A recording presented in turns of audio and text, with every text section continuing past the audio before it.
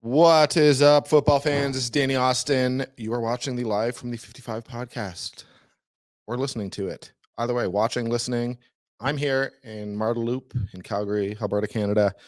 Just got done with Calgary Stampeders, their first practice of the week. They're taking on the Ottawa Red Blacks on Sunday at 5 p.m. at McMahon Stadium.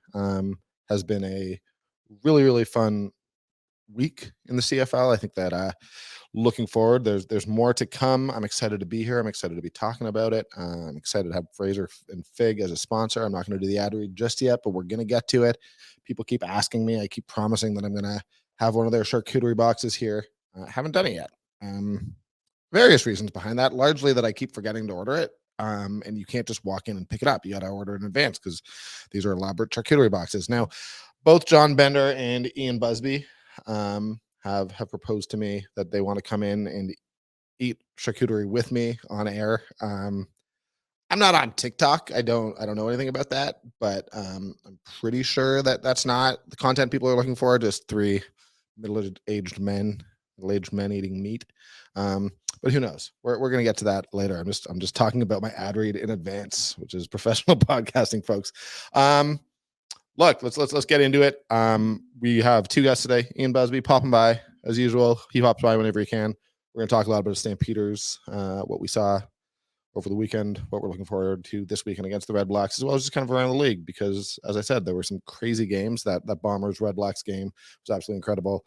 We've got some bad news about Trevor Harris going down, getting hurt. What does that mean for the West Division? What does that mean for the Riders? We got a lot of questions, but I'm also really excited. We have Toronto Argonauts receiving coach Pete Costanza, a guy with a lot of Grey Cup rings, a guy who was here in Calgary.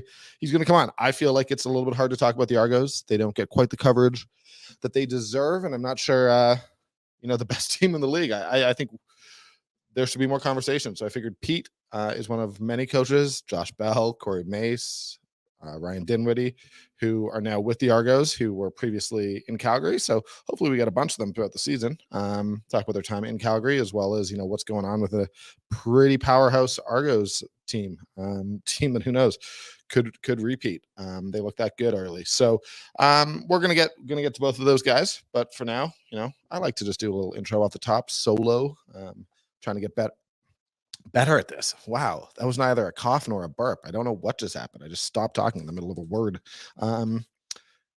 We're working. We're getting better. We're learning as it comes. Who knew that could happen? Never happened to me in my 39 years. Anyways, Stamps. Yeah, they got the Red Blacks this weekend. I know the Red Blacks pulled off a miracle against the Bombers. That was incredible. Full marks to Dustin Crum. Full marks on the entire team. I maintain that Red Blacks defense is legit. That doesn't explain the absolute sort of magic that happened for them to beat the Bombers there. If you haven't listened to Derek Taylor's call on the radio, it's absolutely amazing to listen to. Derek's one of the best in the business, and you can just hear sort of the confusion and agony in his voice as Dustin Crum bounces around the Bombers defense and gets it into the end zone for the win there. But, it's kind of fun that they're coming into Calgary. I don't know that the Red Blacks are normally a huge draw, despite, these teams have played two Grey Cups over the last 6-7 years. So there's a little bit of history there. Not many of the same players, obviously, but I don't think that Ottawa necessarily is a huge draw out in Calgary, but they're coming off a big win, and that maybe makes it interesting. I don't think it really does. I think that the Calgary Stampeders will have watched the tape of Dustin Crum and have a bit of a better idea of what he's good at, certainly what he's good at on the ground, and find ways to limit that. I do suspect these Stampeders, I think we saw outside of special teams, which was obviously pretty abysmal on Saturday against the Riders. I think we saw a major step forward from the offense, and I think that the defense has been good this whole time.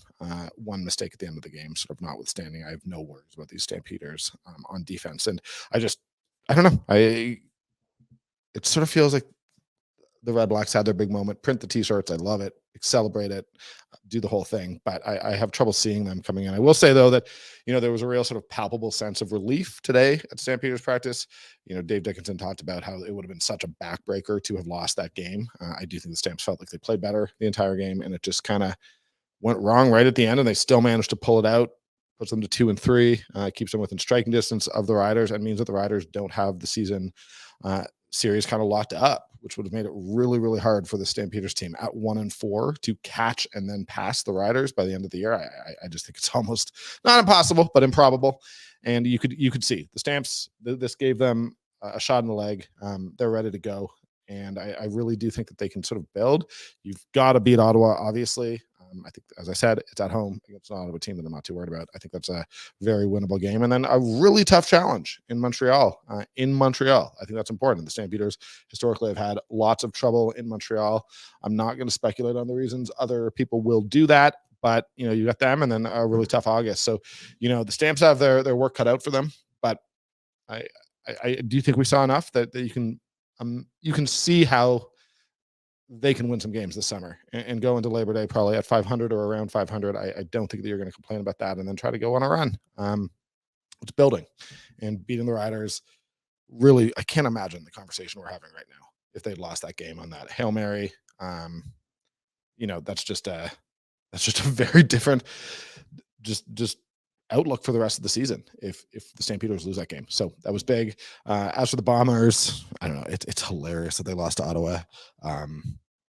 I honestly love that market. I quite respect and enjoy everyone at that Bombers organization in the stadium. I love their media, but it's sort of funny to see the powerhouse just lose a game that they just shouldn't have lost. It's bizarre. Now, do I think the Bombers are done? Are they falling out? No, of course I don't. Still the Winnipeg Blue Bombers. They're the team that I would most want to avoid in the playoffs in the West Division, no matter what. So they're there, but I will, entertain conversations about whether their sort of place at the top of the West Division food chain is at risk right now, whether it's slipping away a little bit. Look, they're 4-2 this season, obviously. Big loss to the Lions, and then sort of hilarious, as I said, lost to the Red Blacks. And then you go back to the Grey Cup. They've only won 4 of their last 7. They lost 3 of their last 7. That's not the Bombers of a year ago or 2 years ago. That is something different.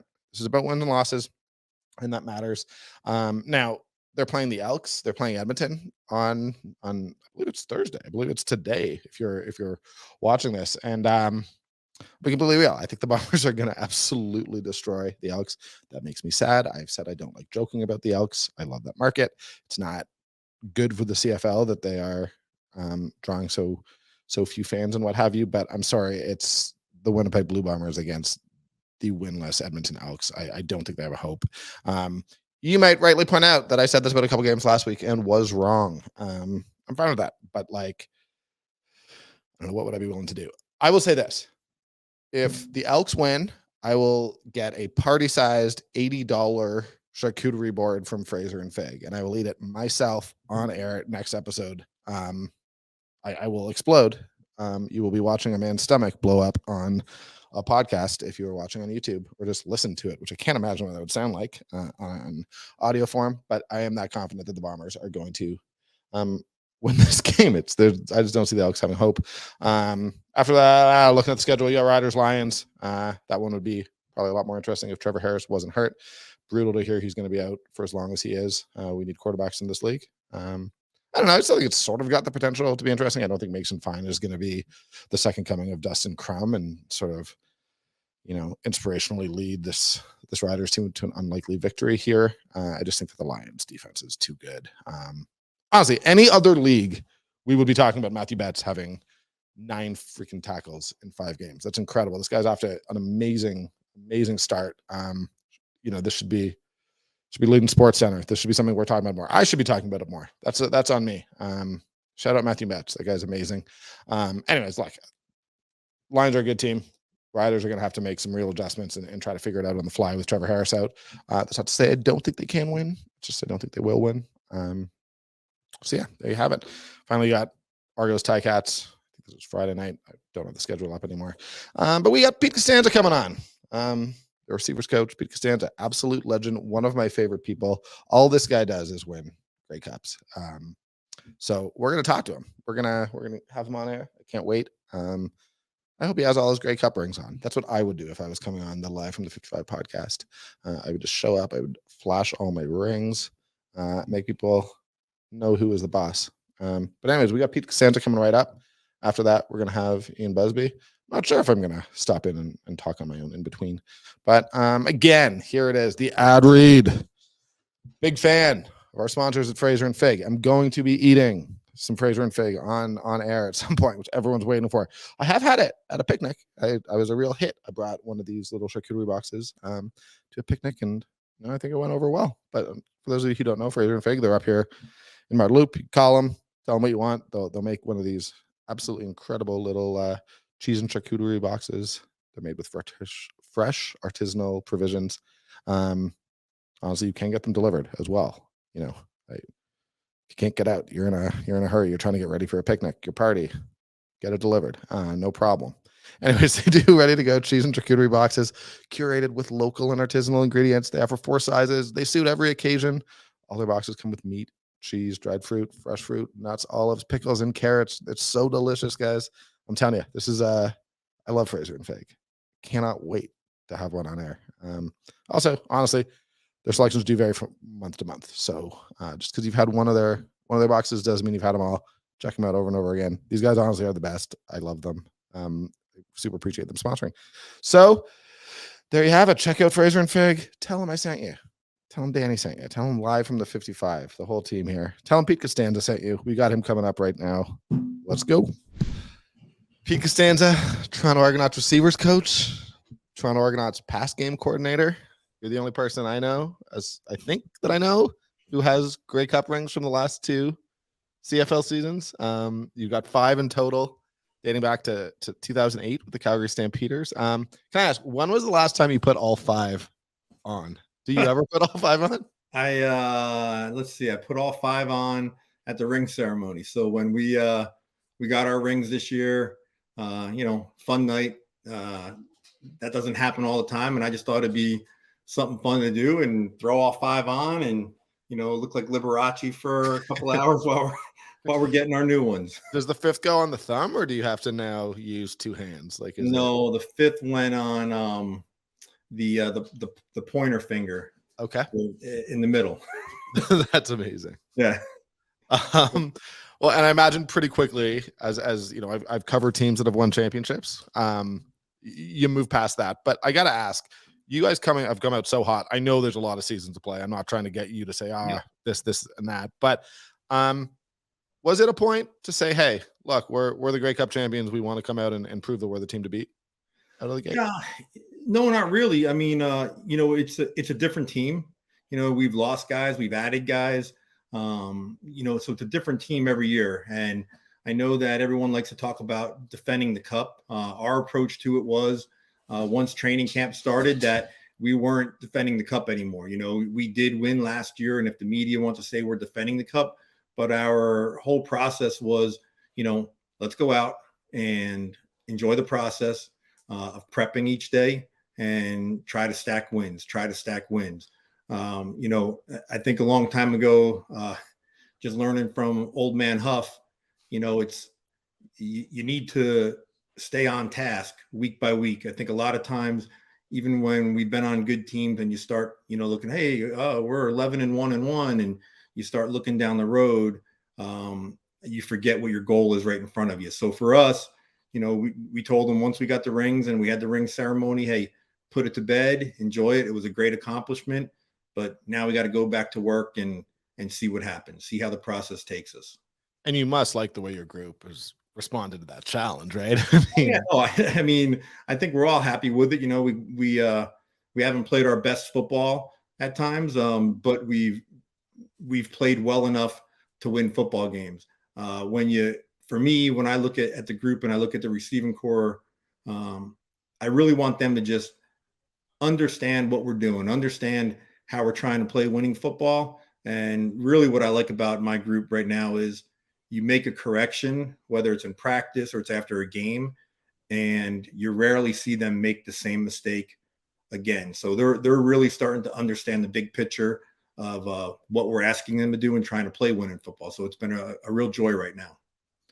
Yeah, I mean, you can tell that stuff on the field, right? I mean, just watching, it's been pretty incredible. And I mean, like, I still look and I'm like, oh, Markeith Amble's on the one game. I mean, there's depth in this group, and there's obviously some stars, but it does feel like week after week, there's different guys stepping up too. Eh?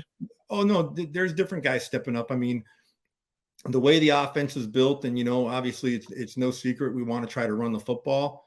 I've had some receiving groups with a lot of big names and a lot of guys that caught a lot of footballs. But the one thing that's in common every year is there's one quarterback throwing it and there's one football to be thrown around. And, one game you might have 8 catches, next game you might have 2, but the greater good of the team is doing our jobs properly. The guys understand how we're trying to run routes, how we're trying to attack defenses, and who's trying to get open. So it's a very selfless group, Danny, to be honest with you. They cheer for each other. They work really hard. We got some good leaders. Like you said, we got, some guys on the sideline that are good football players that haven't played yet. But it's, geez, I don't even know what week it is, week 6 or 7 and something like that. But we're just trying to get better as a group and play our best football here coming into the middle part of the season, early middle part of the season. So I want to ask you, I don't think most people would be asking you specifically about DeVaris Daniels, but I met you in 2016 when DeVaris was a rookie. And it's like one of those things where I wish we had the stats that we could show, but I don't think his consistency has been talked about enough. Like whether I watch the broadcast or radio or read stuff about it, like this guy every season just goes out and gets between like 750 and 950. And it's just consistently year after year. And I would be willing to guarantee that if you went back and like added every receiver total up since 2016, he'd be in the top 5 in CFL receiving yards. I mean, you'd probably have Brian Burnham up there. There'd probably be a couple others, but I mean, what is having a guy like that on the team? Like, what does that do for you? Because it's been amazing for me to watch as someone who covered him as a rookie, watch him go to Edmonton and now Toronto. Yeah. I mean, obviously I've had DeVaris since he was a rookie and then when he left and we reunited last year, but what people probably don't realize about him, he's a very intelligent football player and he's a really good route runner. He catches the ball well.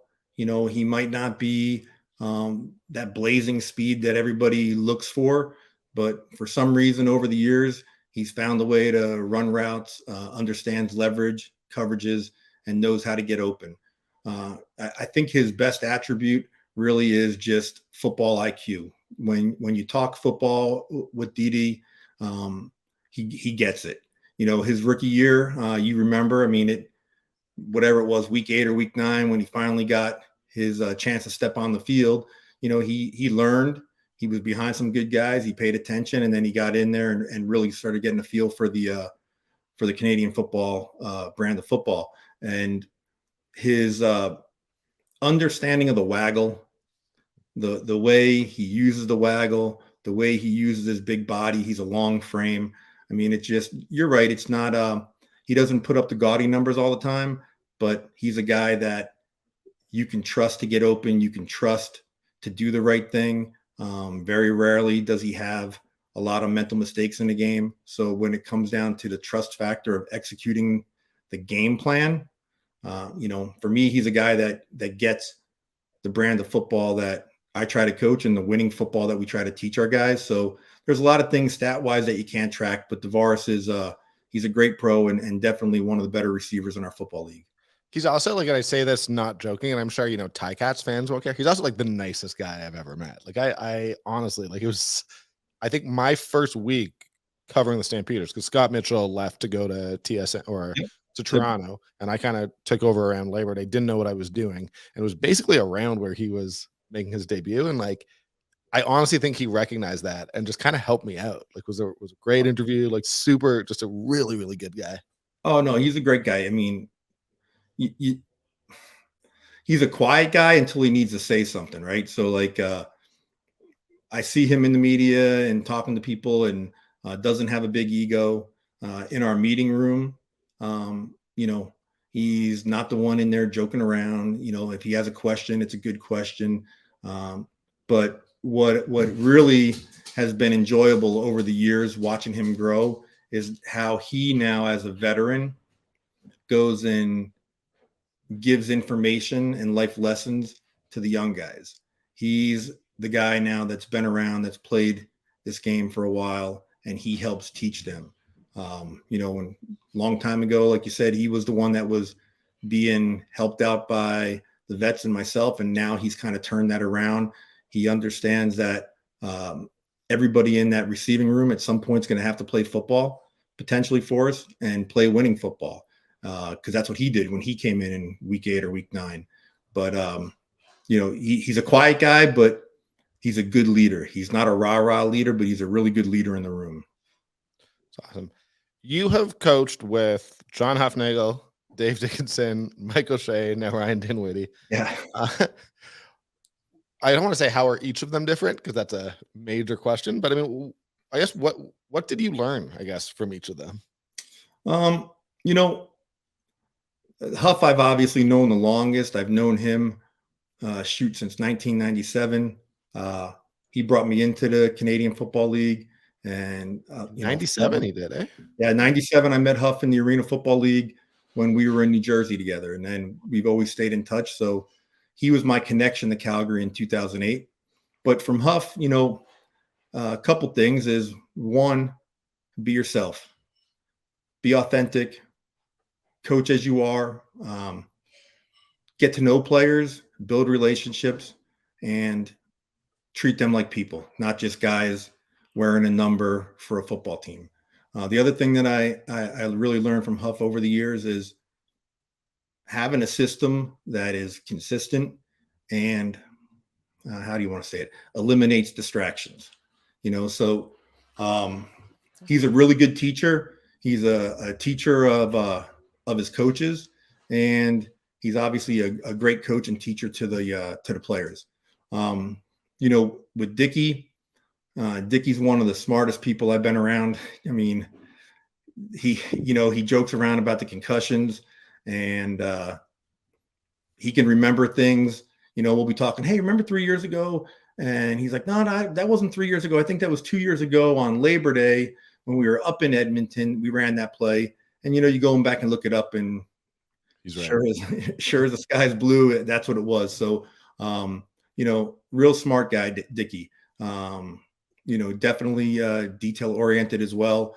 But just how he sees the game and what I learned from Dave, being a guy that didn't play quarterback, because I'd ask a lot of questions to the quarterback guys, Huff and Dickie and Ryan and, Buck when I was in Winnipeg. But understanding how the quarterback sees the game taught me a lot there. For Osh, Osh reminds me a lot of Huff. There's a lot of similarities between the two. You talk about being authentic. You talk about being fair, showing up, just doing your job, understanding what the expectations were. We had the canceled season, but in that one season working with him, just learned so much more about being a leader of men. It's more than, people have mottos and slogans. It's more about being yourself. And once again, back into what I always learned with Huff is those connections with the guys, being able to teach, being able to communicate, and being able to get them to understand what you are communicating and what you're asking them to do. Now, RD, we were assistant coaches together, and Rye probably is more of the fiery one of the group, but, Ryan's learned a lot from Huff and carried a lot of that over to here. With him, it's there's not a lot of nonsense. Rye is very consistent in what he believes in and what he preaches. It is definitely for RD a team first mentality, and that goes from the players to the coaches. I mean, everybody's on board, everybody's pulling in the right direction, and it's definitely team before me. And just the fact that his beliefs and his conviction to not sway away from what he believes in and how he believes you need to work to play winning football. I admire him a lot for that, because he is steadfast in what he believes and how he believes our football team should be run. I know you're the receivers coach, but you're also obviously deeply involved in the pass game. I love Chad Kelly. I love like the confidence he brings. I love the energy. I love the way he plays football. I just think he's great for the league, great for the Argos, and like I honestly I'm just so excited to watch him play every week. What's he like to work with? Chad is I mean, geez, Dan, he loves football so much. It's almost like you're coaching, even though, and I say a college kid, but not meaning the immaturity of like a college kid or a high school kid, just the enthusiasm that he brings to practice, to play football. Chad's a great guy to be around. He's a great teammate. And I really think he's becoming and has become a very good leader. In the offseason this past year, he was in Toronto. And I mean, he would be sending myself and Ryan and our quarterback coach, Mike, texts all the time. He'd be watching film, send us clips from the film. When you talk about a guy that's all in and is grabbing the bull by the horns, and he is so invested into making himself better, but also trying to be his best for his teammates. Just the energy he brings every day is youthful. That's the word I'm looking for. It's that youthful exuberance and just joy to play football. He's absolutely great to be around. It's amazing to hear. Okay, one more. You've won 5 Grey Cups. I don't think there's anyone who would be more of an expert on like how to host a Grey Cup winning party. What's the one thing that you have to have? Like what's the key to a truly great, my team just won the Grey Cup, we're having the party. What's the key? Well, the key is one, whatever you want to drink, you can drink, but you definitely got to have some champagne and some good food, and obviously the Grey Cup. Yep. You can't have a Grey Cup party without the Grey Cup. John Bender lent me the 2014 Grey Cup replica. There we go. But what I would say for me, what's made all the Grey Cup parties the most enjoyable, and I didn't get this until I had one in 2008. And George Cortez, when we won in 2008, said to me, winning the Grey Cup is fun. Sharing it with fans, friends in the city, people that are CFL fans, whether they're a fan of your team or not. And he said to me, Pete, when you see how much this cup, the trophy, means to people because of how long it's been around, Danny, and how old it is, you'll really enjoy that. And when he said it to me, I remember we were in Montreal. We were at the hotel at the Intercontinental with the post-game party. And, those words kind of at that time, I was just like, hey, just give me a beer. I want to drink a beer and celebrate that we just won. But that's probably the key ingredient. Have as many friends and family, neighbors over that you can, and share that cup with them. Sit back, watch them enjoy it. The sharing of it and people taking photos with it, how excited they get. It's great to win, and winning is probably the greatest thing. But at that party, and everyone, for me, the most enjoyable is watching other people enjoy it, drink out of it, take photos with it. Sharing that trophy is a big thing, and you can really see how much it means to people that are fans of the Canadian Football League. It's amazing, man. It's literally a perfect answer. That's awesome. Well, man, I'm not going to take up any more of your time. Excited to see you guys play Hamilton this weekend. That's a big one. It's a big one. Friday night in the Hammer. I mean, it's two cities that don't like each other. You go down there, and we go down there, and it's you walk into the stadium, and it's guns a-blazing with the Hamilton fans. They're on you from the get-go. But it's a great atmosphere. It would be pretty cool to win a Grey Cup in that stadium and just drive it down the QEW to Toronto. I'm sure you think about that. I'm not going to get you to say it, but I'm really looking forward to that game. Man, thank you so much for your time. You are no worries, Danny. Appreciate it. The best. If people don't know you, this guy's the best in the game. So appreciate you, man. Thank you so much. Thank you. Anytime, my friend. Anytime. All right. That was Pete Costanza. Thank you, Toronto Argonauts receivers coach, pass game coordinator, multiple Grey Cup champion, 5-time Grey Cup champion, 2008, 2014, 2018 with the Stampeders, and then 2021 with the Bombers. And he's been around the league a long time. Yeah, he is a true legend of the Canadian game and a great guy, and super grateful. Now, another true legend of the Canadian game and a great guy, Ian Busby. Part of the reason I'm having you on is because I am about accountability. That is something that I care deeply about. Yes. And last week, I don't have the clip, but you and I sat at these very chairs. It felt like you were a bit more adamant about it, but I will digress. You claimed, I thought there was going to be a giant plate of crow for us to eat here instead of the Fraser and fig that we usually want to eat. That the only reason you would watch Ottawa Winnipeg is because I'll be at work, and because you had no choice. It was a great day at work. It ended up being one of the games of the year, a genuinely spectacular game. Toronto, it was a spectacular finish. The last 5-6 minutes was a good finish. You know what? A lot of people saw the movie The Sixth Sense and they were like, wow, what a twist ending. Yes. The Bruce Willis was 100%. I don't know if I can spoil that. But I've sat through a lot of terrible basketball games where it was like a 20-point lead. And then in the last 2 minutes, it's like bang, bang, bang. Yeah. So yes, exactly. A great game because it was a great finish.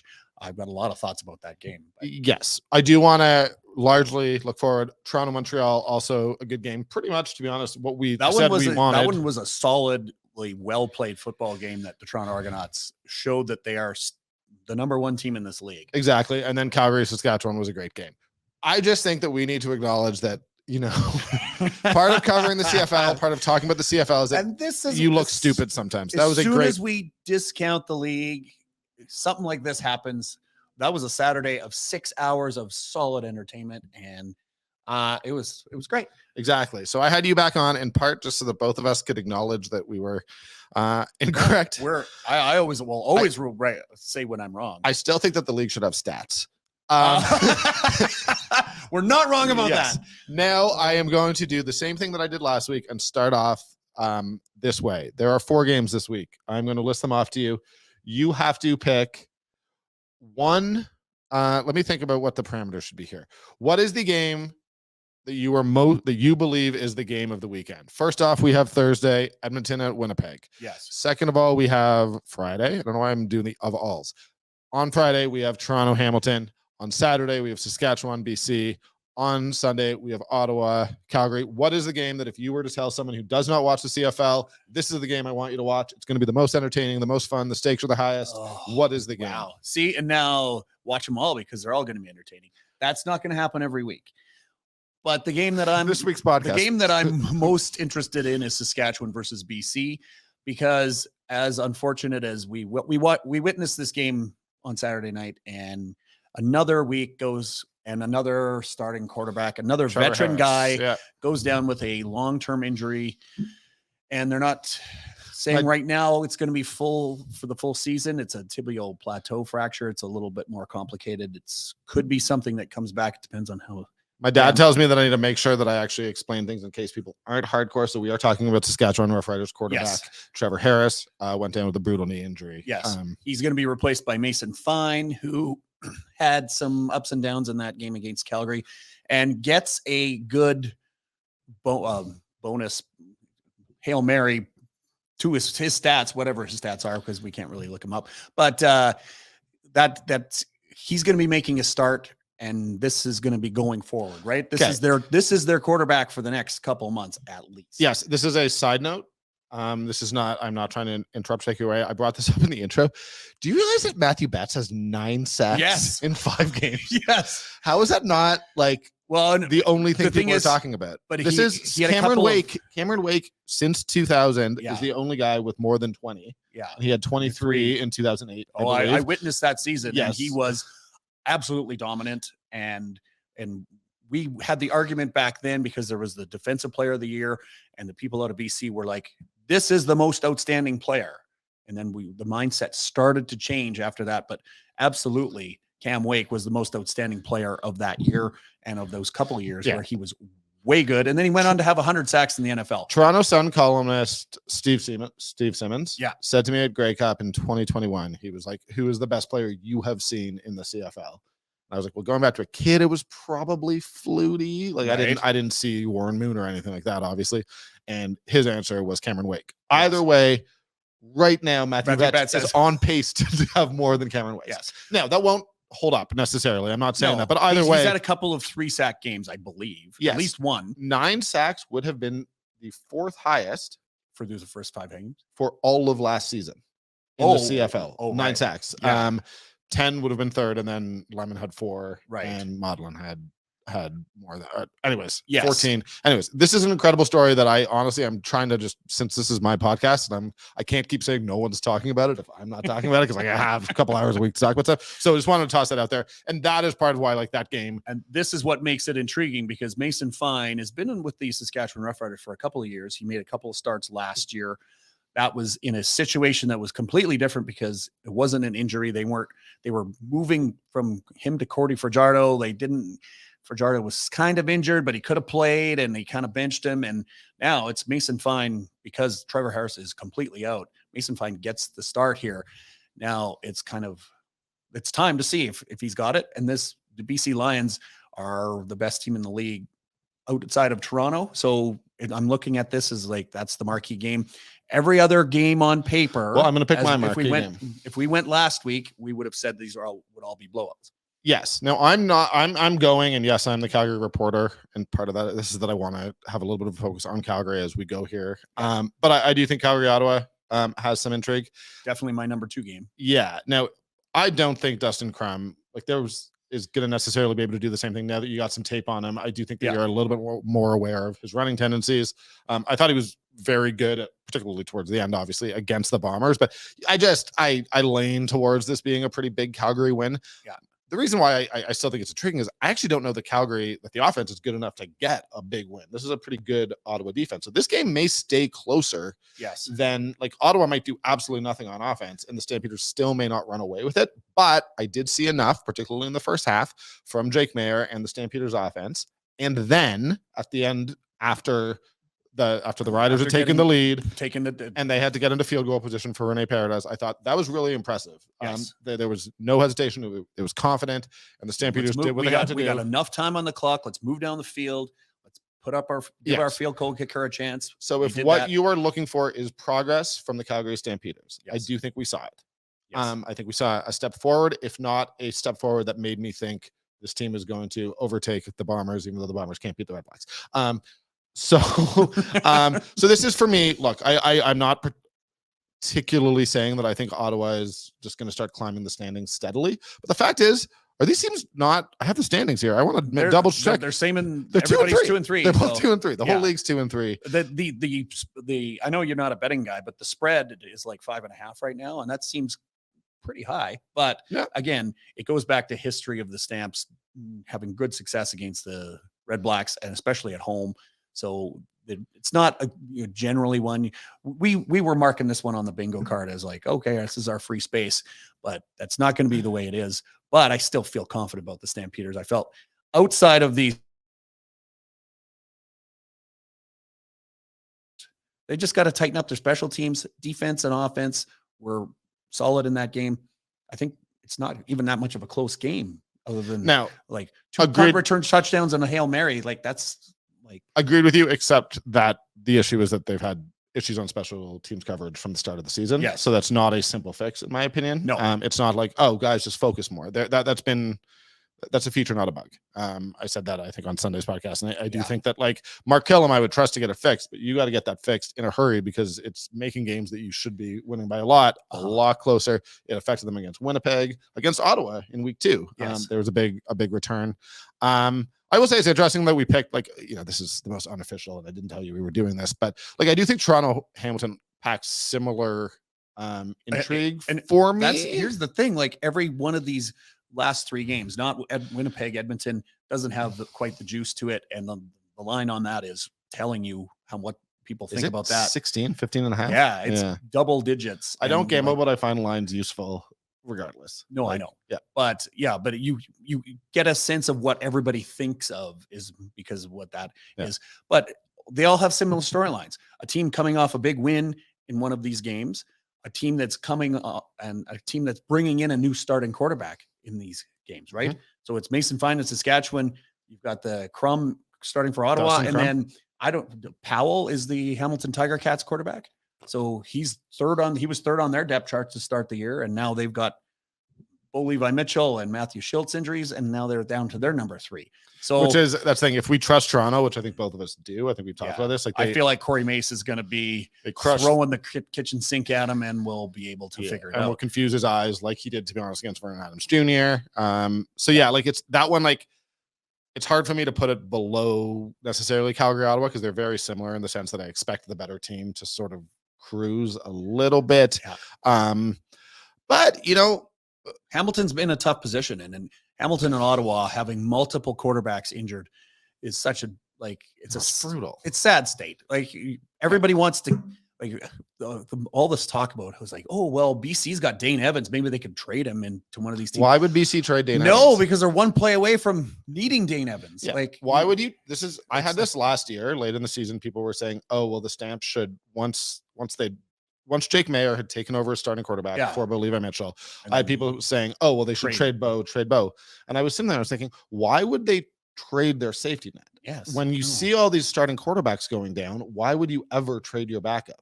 They're definitely not trading. I will say that, I mean, in terms of even the possibility of Dane Evans being traded, they're not trading him to a West Division rival. Zero chance. And they're not trading. They're trading him back to Hamilton. No.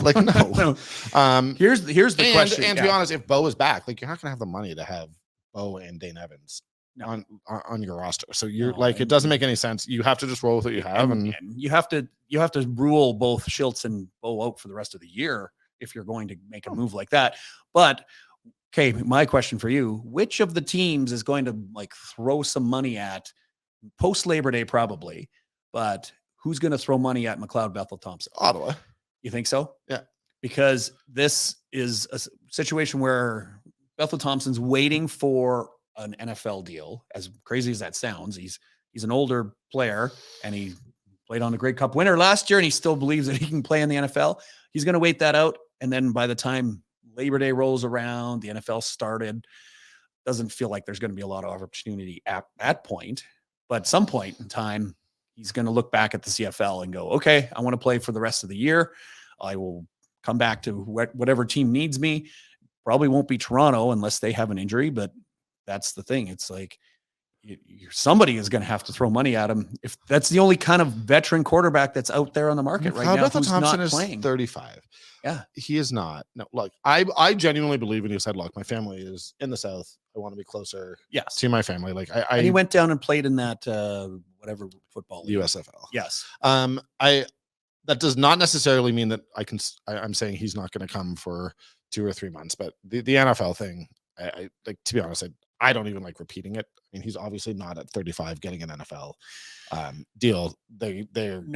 It's somebody to be half the end of their rope. Yes. And I think that our league would be better if McLeod Bethel Thompson did come back. Yes. However, I will argue that if you look at the teams that need someone again, the issue is that unless Bo is out for the year, Hamilton, at some point, you're not going to be paying him to be your backup. It completely disrupts the salary structure to bring in another high-paid quarterback. Ottawa is the one where your 2 quarterbacks are out for the year. For the year. Now, Ottawa has to be relevant at the time that he's willing to come back. Yeah. If they are in last place in the East Division, there's no sense of him. He won't want to sign with a team that's not in the playoff race. What's the point? Yeah. So, but again, he's the name. His name is going to get thrown around until the other does or doesn't.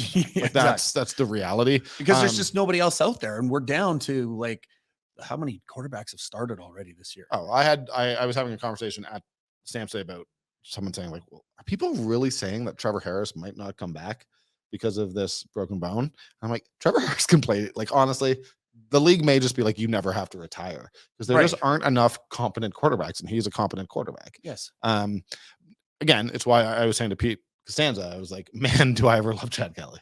It's so great having a guy. Yeah, let's have a new guy. Have a new guy. Yeah. And to be honest, I think part of what's happened with Jake Mayer is that, every team sees you once and then they get some tape on you, and it's that second round. And now he's into that now. Yeah, exactly. Well, and that's the thing. And I think I wanted to get into that a little bit more last week, and we didn't get into it, but you look at the quarterbacks that are doing well in the CFL this year. The top rated quarterbacks are Zach Collaros. I can never say it right. Zach Collaros,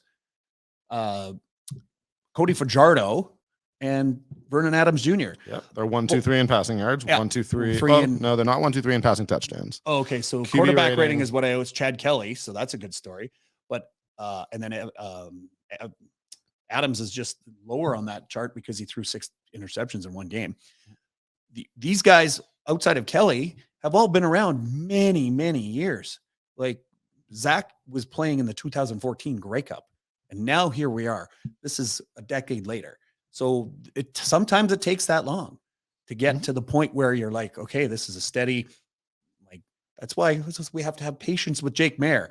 He's got to be able to grow, and he's going to have ups and downs. This week was an up. That first half, I thought he was excellent.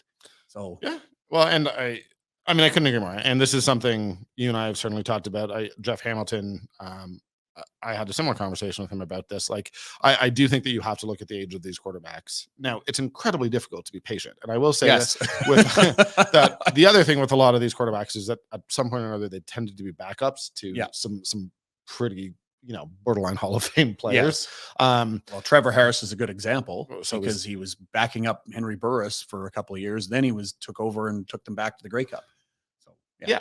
And Zach, I mean, Zach was an absolute, looked like it was basically him and Bo were going to be, Bo and Michael Riley were going to be sort of the three guys to carry the league through the back half of the 2010s.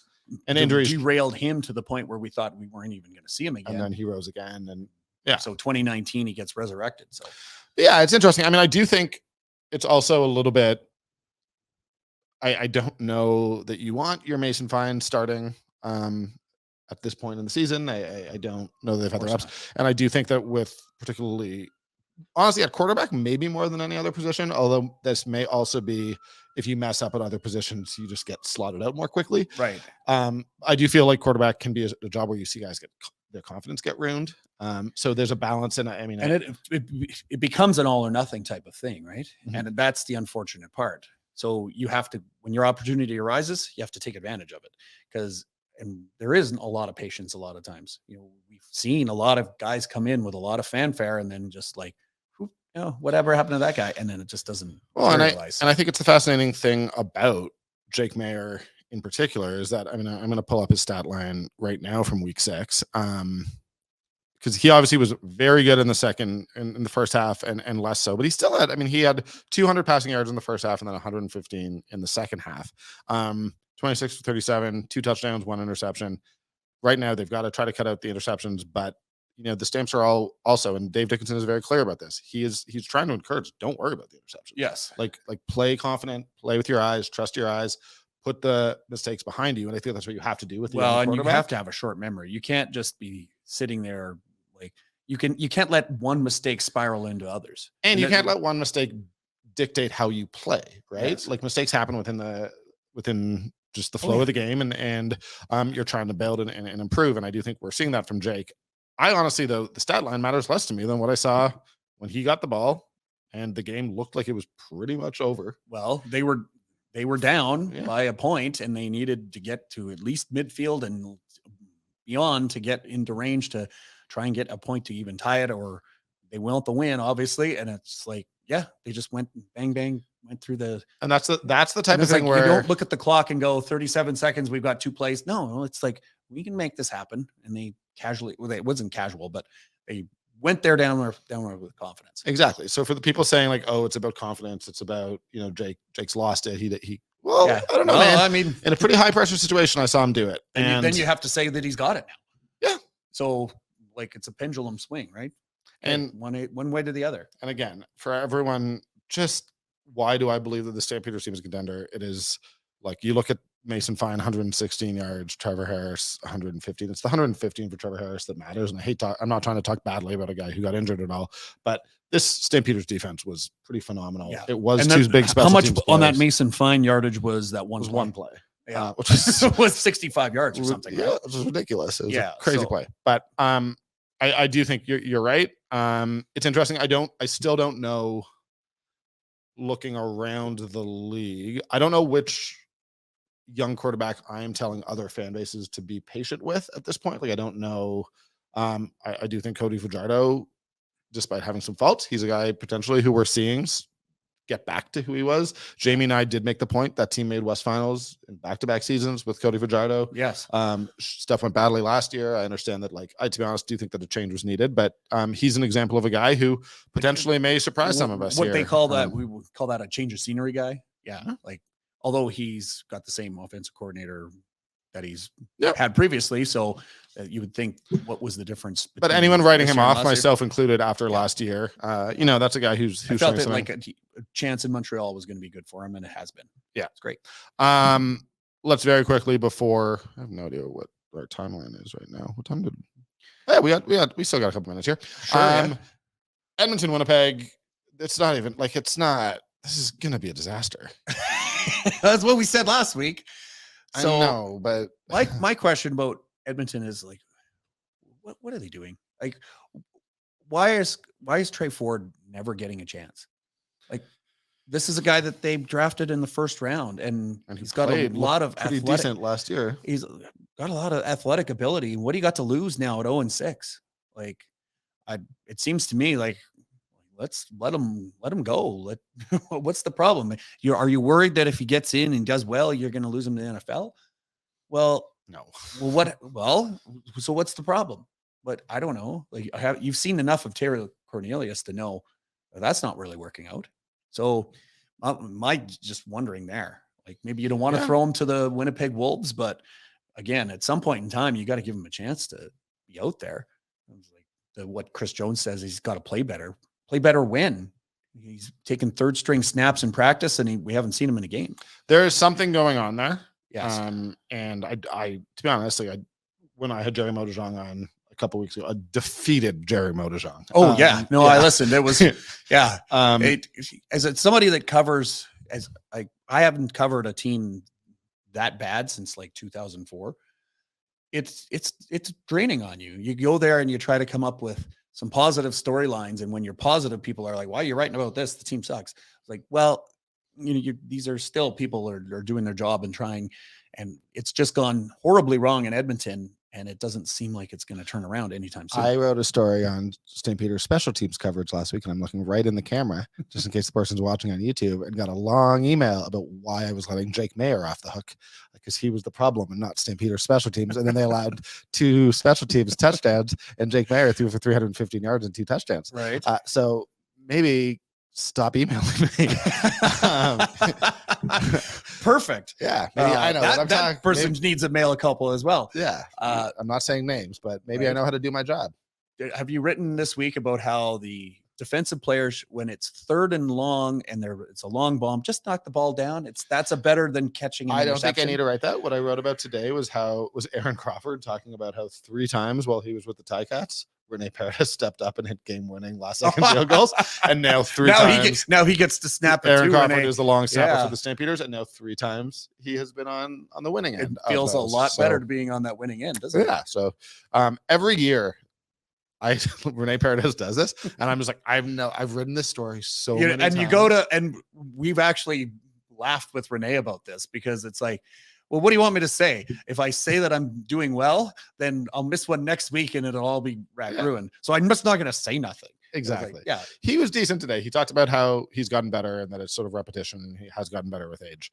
Either way, Rene Paredes is honestly, Ryan Ballantyne came in and did the whole impassioned greatest kicker of all time thing. I'm actually not all that, like, I'm interested in Ryan doing that. I'm not interested in having that discussion. It's like, not here. No, I mean, I don't know. There's been a lot of great kickers in the CFL, and the thing is, you look back at their old numbers and you look at the numbers now, and a guy who got better with age, Paul McCollum, is a guy I watched from early days in Saskatchewan to his later days in BC, and he kept getting better and better and better and better. And some of his best seasons were in his mid 40s, which I always appreciated, because I was like, at one point in time, he was the only guy older than me in the league. Now there's nobody older than me in the league. And when that happens to you, buddy, it's really tough. You know, it was really tough. I mentioned last week that I fell down running around second base a slow pitch. I tore my trapezius muscle. Which was upper or mid? This one. Okay, so upper. I know. I have to talk to you about it off air. But yeah, so getting old stinks. Yeah. But I don't know. I will say that, like, look, I'm done. After last week, I have no interest in just coming out and saying these games are going to be terrible. I don't know. No, and we don't know. And this is what we love about the CFL. Yeah, there's actually some potential for real fun here. I do like, I think the Ticats have shown some fight. Again, it's just hard with the quarterbacks. The Lions, like, I don't hate the Riders defense, I No, do think I that think there's and they can throw some looks and at when you at got the a guy Lions. who can score anytime he touches the ball, like Alford, I'm like, you don't know, Yeah. like just constantly get them to punt and then give it to Alford, and he'll right, just go. or just get him to kick off too. He's Yeah. pretty good on those too. And then Ottawa Stamps, like again, as I've said, the Stamps haven't blown anyone out. So how am I going to assume that they're going to blow the Red Blacks out? Right. And Dustin Crum, a little bit of magic. As I said, I love that they like printed t-shirts, did the whole thing. Like, Yeah. this is sports. If you're not having fun with a win like that, then what are you doing? Yes. So And here's the thing: it's like even if it does nothing else, and everybody will remember his name for his one game where he knocked off a 3-time Grey Cup finalist. Like these guys, like Winnipeg was the Goliath, and here comes the David, and it's great. This is what we love about this league. Doesn't happen all the time, but it happens enough for us to love the excitement on about it. rare occasions, it happens. Yeah, it was a great Saturday watching football. That's all I got to say. That Yeah, it was good night to just not go downtown for Stampede, right? Yeah, I didn't. I mean, again, I'm relatively injured right now. So, like torn trapezius, man. man. I haven't heard about that one in a while. So it's like it's not like torn off. It's just No. partially torn. Yeah, and apparently the issue is that the muscles around it contract to like sort of protect it. Well, the one thing about the shoulder girdle, if my we want to doctor- get into that, is No, we're not doing it on air. You know a lot about this. The one thing the doctor said to me so I waited a week and then it got worse. Yeah. So I went on Monday and the doctor was like, well, it's not that serious, but it's really painful and it's going to take a while to heal. Yes. And I was like, that sounds serious to me. Well, here's the thing. It's not serious enough that you're going to have any type of like long-term injury or whatever. But again, what's going to happen is that rotator cuff is just not going to, it's just going to be achy and sore for a while. So great.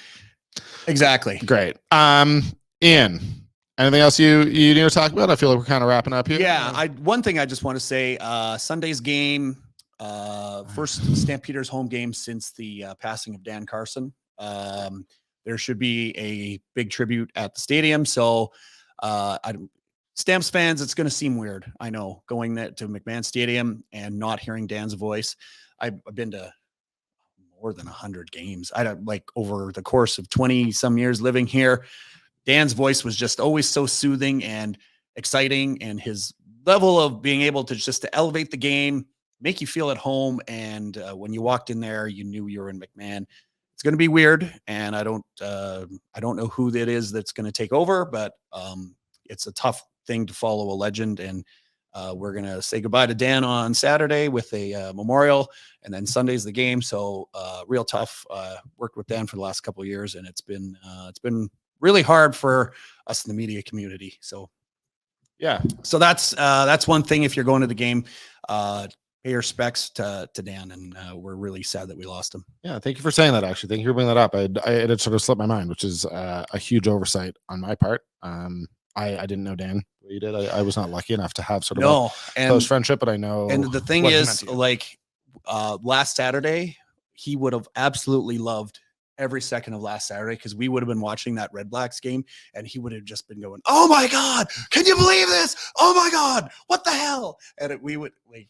He gave himself high blood pressure because of that. But again, no more bigger fan of the CFL in sports, and legend in this town. I'm lucky to have worked with him for the last couple of years very closely on weekends on local radio. So it's going to be tough. McMahon is just not going to feel the same without him. Yeah. Well, post game, I mean, I have no idea what my podcast recording plan is. But we will raise a glass to Dan post game one way or another. Are you doing one late on Sunday night? Is that what's going to happen? No.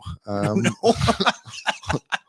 This is the first Sunday game you've actually had to. Yeah, I haven't talked to anyone about that. I may wind up doing that. I don't know what your availability is. We will discuss another time off air. I need to figure that out. Thank you for reminding me that I don't know what the plan is. No problem. This weekend's podcast. And here's the behind the scenes. We just kind of make this up as we go along, right? Well, yeah, I also need to get it produced, which if I'm recording at 9, I'm not going to ask a producer at 11 o'clock it may just be a record on Monday.